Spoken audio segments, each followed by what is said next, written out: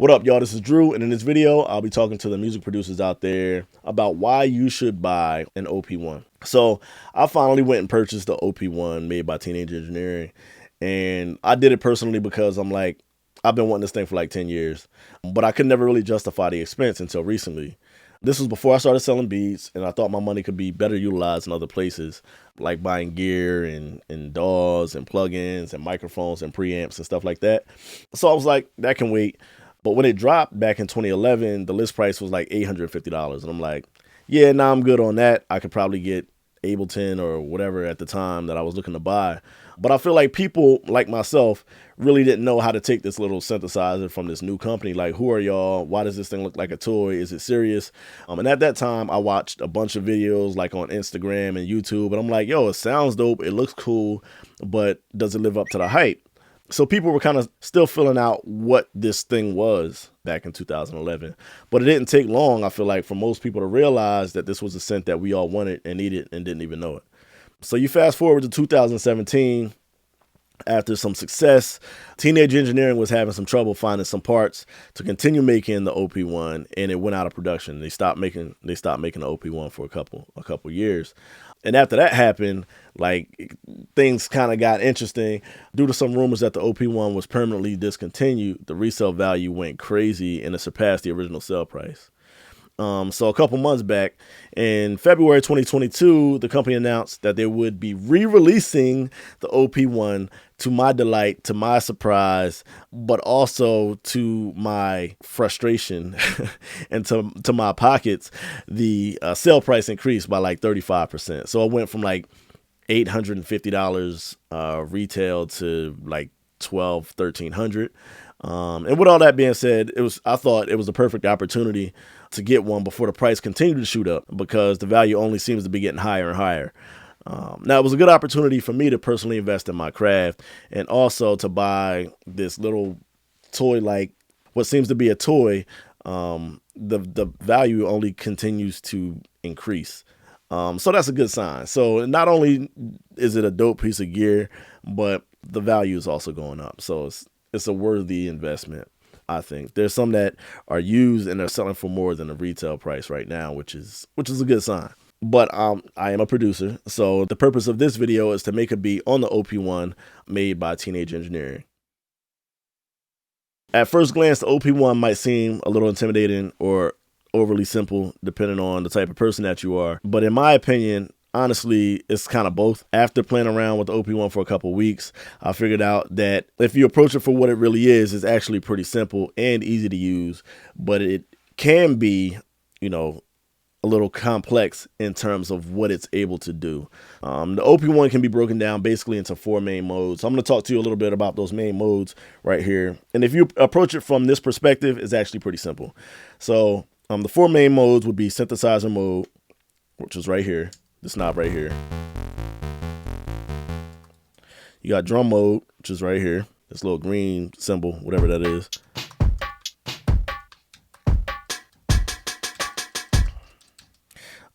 Then you have Tape Mode, which is right here, right? We don't have anything on tape right now, so it's not playing. And then you have Mixer Mode. So to be able to mix those 4 things, right? Any combination of those 4 things. Now that we've established the main modes, I'm going to start making a little beat real quick. So I'm going to start off and I'm going to go to Drum Mode, right? And I can go through the drum banks by holding Shift and pressing 1. All right, so you can see drum here on the screen. I can scroll up, acetate, allspice, Awa beef, bronze, cork, so on and so forth, right? I don't know how many is that? 15 or so, less than 20, more than 10, somewhere around there. So these are all your drum banks, and then you also have D-Box, which has some like more melodic type drums. So on and so forth. You probably have, the same amount of banks in that D-Box group as well. So let me go back to my drum banks. I'm going to pick a drum bank right here. One I like.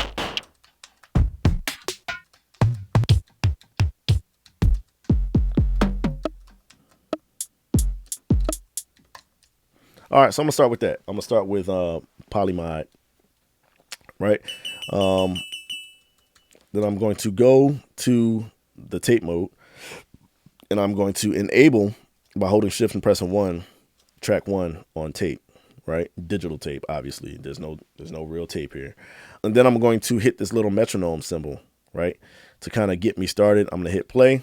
You can't hear anything right now, but you can see the metronome starts to move. And by turning this little knob clockwise, I'm not really fully understanding what the link function is, but I know you have to be in beat match for some reason, right? All right, cool. So now we got a tempo going. I got the metronome volume, and it actually changes the pitch of the metronome, similar to like speeding up. You know, when you speed up tape, the pitch gets higher, and when you slow it down, the pitch gets lower. But the tempo stays the same, right? So that's at 93.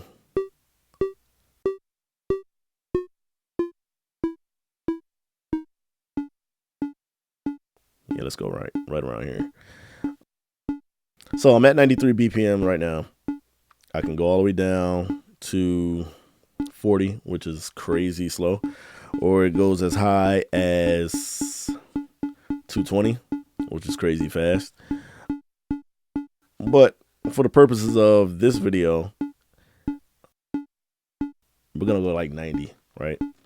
Nice little hip hop tempo. Let's see.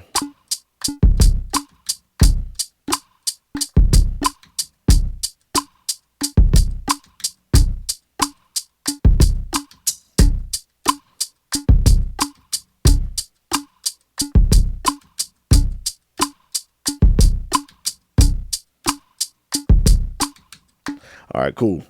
So I didn't record that. I was just getting a feel for the vibe I'm going for. So I'm gonna go back to tape mode, right? And I enable track 1. Track 2 is disabled. As you can see, it is grayed out. But if I press 2, it's lit up. Let go of 2, it's disabled again. But if I hold shift, I can turn it on. Hold shift, press it again, turns it off. But on track 1, I'm gonna start with my drums. So here we have our knobs that kind of control. The blue knob controls the scrubbing of the tape function. The green knob controls the loop. This controls the speed of the tape. The white knob controls the speed. And then this controls the gain of whatever you're playing at the time. In this case, it's drums. Turn it all the way up. Turn it all the way down. You hear nothing, obviously. So as far as gain staging, we're going to go right around here.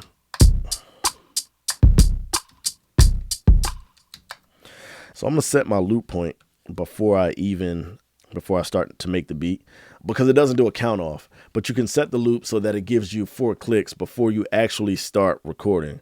So that's what I'm going to do. If I hold shift, I can move the beginning of the loop. And if I let go of shift and move the green knob, I can move the end of the loop. And I don't know if you can see it here on screen, but so there are 3 white lines in between the green lines, and that basically lets me know that my loop is about 4 bars. It might not be a perfect 4 bars right now.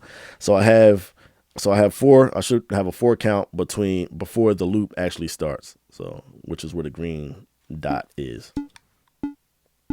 1, 2, 3, 4, 2, 2, 3, 4. All right, that's a pretty good loop.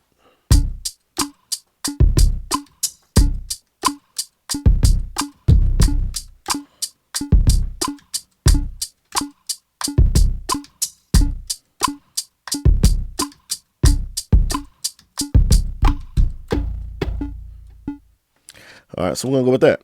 All right, I'm going to go to the beginning of my loop. If I hit stop and arrow over, that takes me to the 4 count before my loop actually starts. So I'm going to hit record.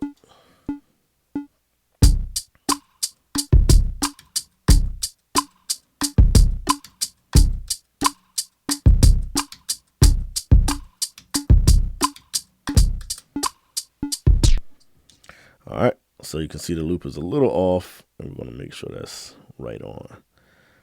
A little tighter.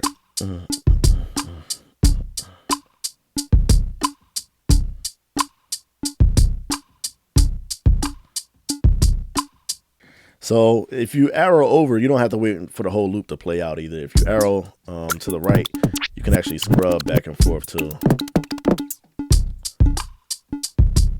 I'm turn the metronome off. I think that was actually a pretty good loop though. Go back to tape.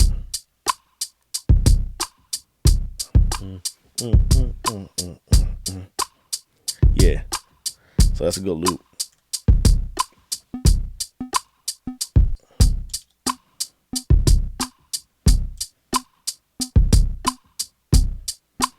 All right, so I got a good drum loop going right now. Yep. All right, perfect loop. Cool. So now I'm going to go to track 2, record enable, and go to synthesizer mode, which is right here. And similar to the drum banks, you can hold shift and press 1, and that will take you to the synthesizer banks. You have way more synth banks than you have drum banks. But you can also, create whatever you like to as well, and also save it.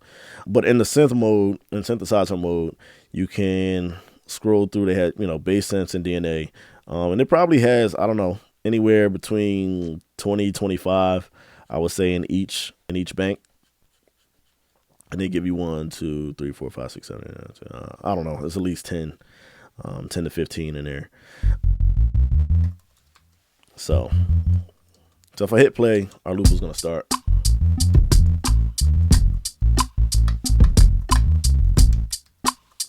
All right. Let me turn the metronome off because I don't need that anymore. Go back to synth mode.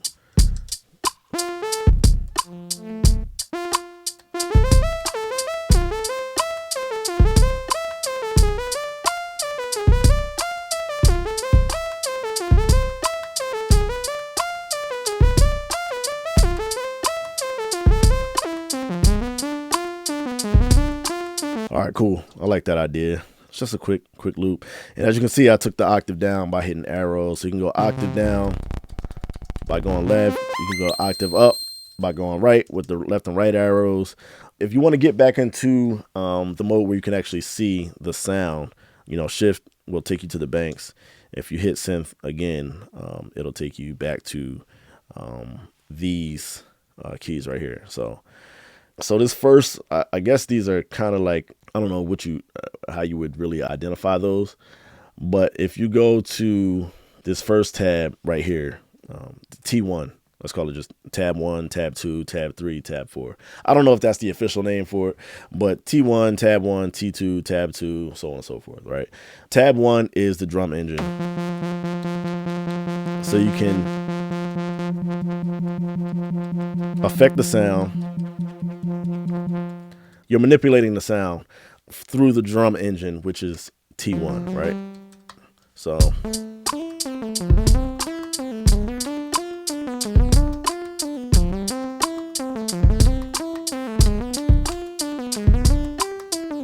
all right, let's lay that down because I like that idea. I'm just kind of vibing out right now. So I like that sound. So we're going to go back to tape mode. We're already on track 2, and I can go back to the beginning of my loop to give me a 4-bar count-in, a 4-click count-in before my loop starts. So stop, arrow left, takes me to the beginning. Let me get my metronome going so I can actually hear the click. And go back to tape, loop over, bang.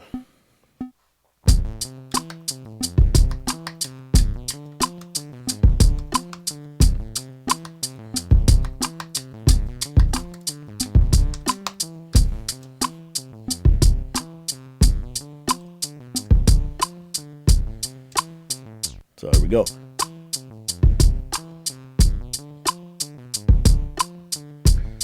So I'm gonna stop right there, and so I was talking about T1, T2, T3, T4, right?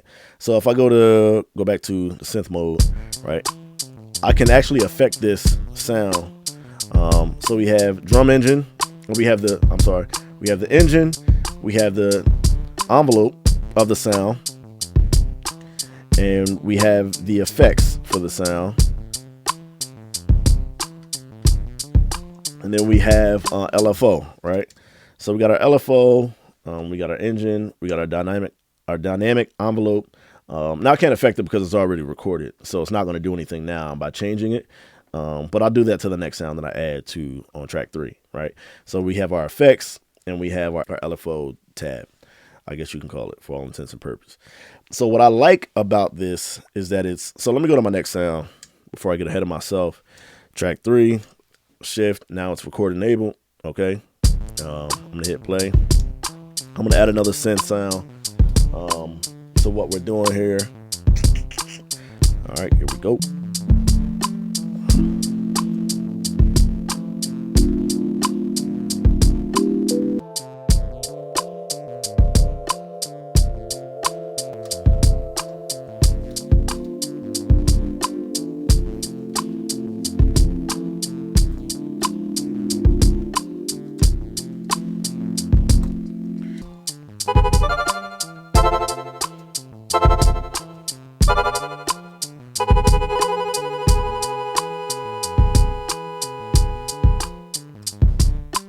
So I'm affecting these. I'm affecting these sounds right now. I went to tab 3, effects off, hit it again, effects on, and I can go to the effects menu by holding shift. It just takes me to another layer. Shift gets you to the second layer, basically, of all of these functions. So I can, add a delay. I can make it a delay effect. I can make it a grid effect, nitro, foam, punch. And this is the cow, the cow effect. It has some delay, some feedback, but I can affect the frequency, delay, right? Feedback, how many times we actually hear it, turn that down. And sideband, I don't know what that really is, but it looks cool. It's crazy. The screen is super dope. It has a good vibe to it. It has a good look. It's easy on the eyes. It's not bright. It's constantly in dark mode. You can't change it to light mode. At least that I'm aware of. You can't change it. But if I go back to the effects menu, you can go to, delay. Let's see what delay is. Feedback.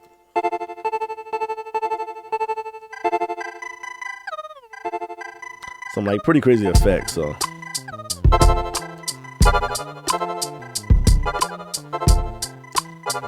But you can change it.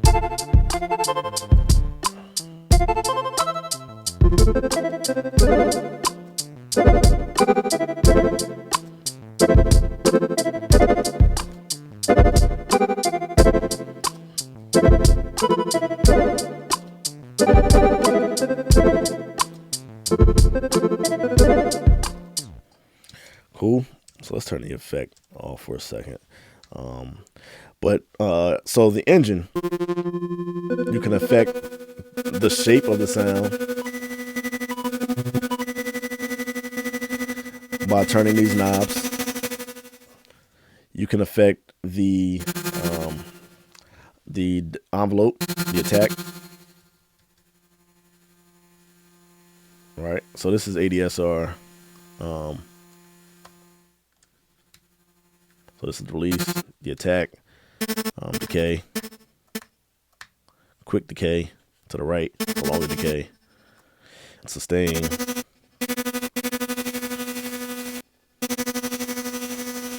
So sustain, obviously if I'm holding it, the longer it's going to play. When I let it go, it stops. But if I have the sustain all the way down, it's going to do the same thing. Sustain all the way up, then you got the release. Oops, I hit one of those buttons by accident. Boom.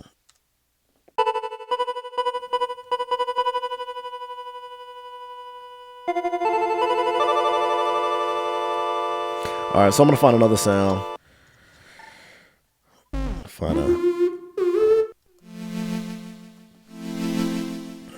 I like that. Let's go with that. Let's put that down real quick. Boom, track 3. Here we go. Let me go back to the top of the loop. Turn my metronome on, at least a little bit. Back to tape mode. All right, boom.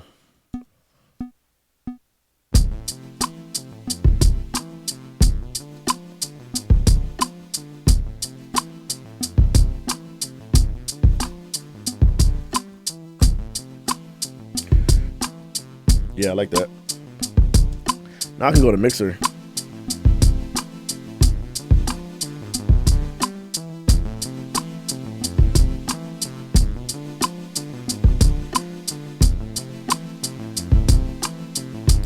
All right, cool. So I'm gonna go back to tape mode to kind of show you some of the effects that we can do in tape mode, which are actually really dope as well. So hit play.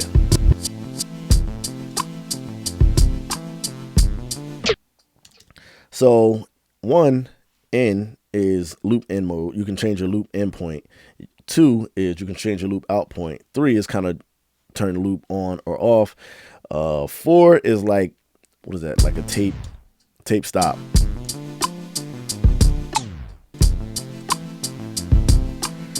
5 is reverse, backwards R.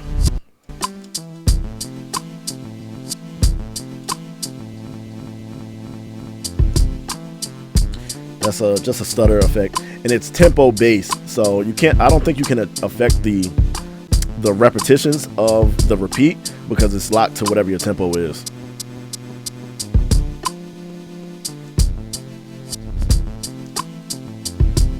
Which are all pretty cool. And then, like I said, you got your rewind, you got your fast forward.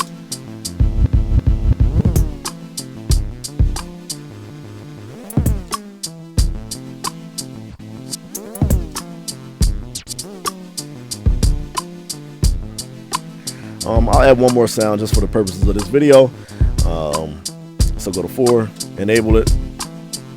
Go to let's go to drum. Let's add another drum track here. Let's see what that's sounding like.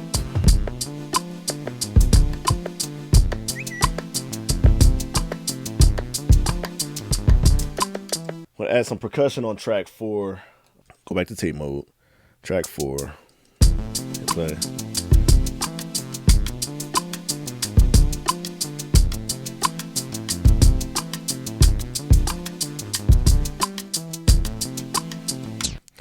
I like that. All right, so go to the top, record, put my click back in real quick. You know what I mean? All right, go back to tape mode, back to the top of the loop.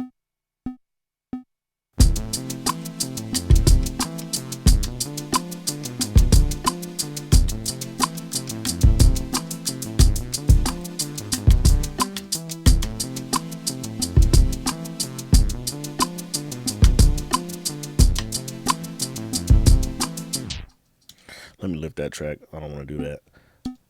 Start over. So I just lifted that track. Go to the top. Start over.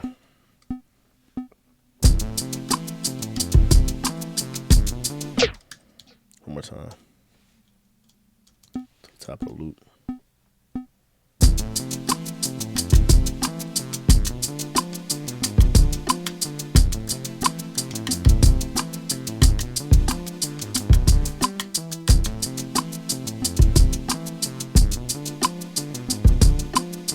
I'll live with that. That's kind of cool. I like it.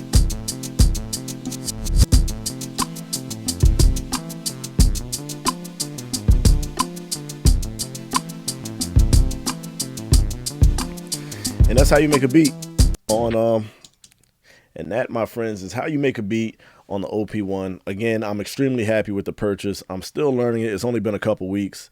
And this is as far as I've gotten so far. There are a lot of other little tips and tricks as far as transferring files and sampling into. You can go to sample mode. You can sample from the microphone. You can sample from an external device going to your line in, coming into your line in. You can sample from the radio. Go to radio mode. You know, there's a bunch of things you can do. I don't even know what listening mode is. I don't even know what that means. But there's a bunch of things you can do. You know, they have some step sequences in here. It has like play. I haven't really gotten to this A and B side of the record player function yet. I don't even know what that's about. But for what I do know, it's money well spent so far right now. This is my reason for why you should, if you're a producer and you're considering why you should buy the OP-1. These are all great reasons. It's a 4-track recorder. It's a synthesizer. It's a drum program. It's a drum machine. It's a tape machine. It's a mixer. It's all of those things right here. I mean, I don't have the biggest hands, and my hand pretty much covers this whole thing. Like, I can throw it in the backpack. When I'm traveling, it can go in the backpack with my iPad, with my laptop. You know, and it's really simple. It charges via this USB cable right here. Charge it up. I just did this, 20-minute, 10-minute video, and I didn't need to charge it. I haven't charged this since I bought it, so the battery lasts for a long time. It's light. It's well built. The only thing that I can say that is I wish I had some expressiveness in the pads, but for what it is, it's fine. That's not a game changer for me at all. I still love it. I'm in love with this thing. It's great. It's well built, sturdy. It doesn't feel like a toy at all. I like the colors. I like the format. I like the screen. It has its own speaker here. It has this microphone right here, and then it has a level meter right here as well. So well built overall. Overall, very well built. I love this I love the fat sounds coming out of this thing. I like the drums. I like the synthesizer. I like the tape machine. That's cool. So overall, I love it. I don't really have a bad thing to say about this thing overall. It's money well spent. I'm actually considering buying another one just so I can have one I don't open. If it's an appreciating asset, I mean, you really can't go wrong. So I'm all for it. I'm a big believer in the OP-1. I love the company, Teenage Engineering. Shout out to Teenage Engineering. And shout out to you producers out there that are invested in your craft and in your sound and looking for new ways to incorporate things like the OP-1 into your productions and into your sound design game. But that's it for this video. Hopefully you got something out of it if you're considering buying an OP-1. They are back on the product line right now. They are back on the market right now. So if you like this video, make sure you like, share, subscribe, leave a comment. Let me know what you did or didn't like. Let me know if you're going to buy an OP-1 after watching this video or not going to buy an OP-1 after watching this video. But either way, I hope you enjoyed my brief tutorial as to why I like the OP-1 and my brief description as to why I like the OP-1 and why I think as a producer, if you're considering it, you should go ahead and do it. Make the purchase. It's a great company to deal with and work with. So that's it for this video. Until next time, I'm Drew. Peace.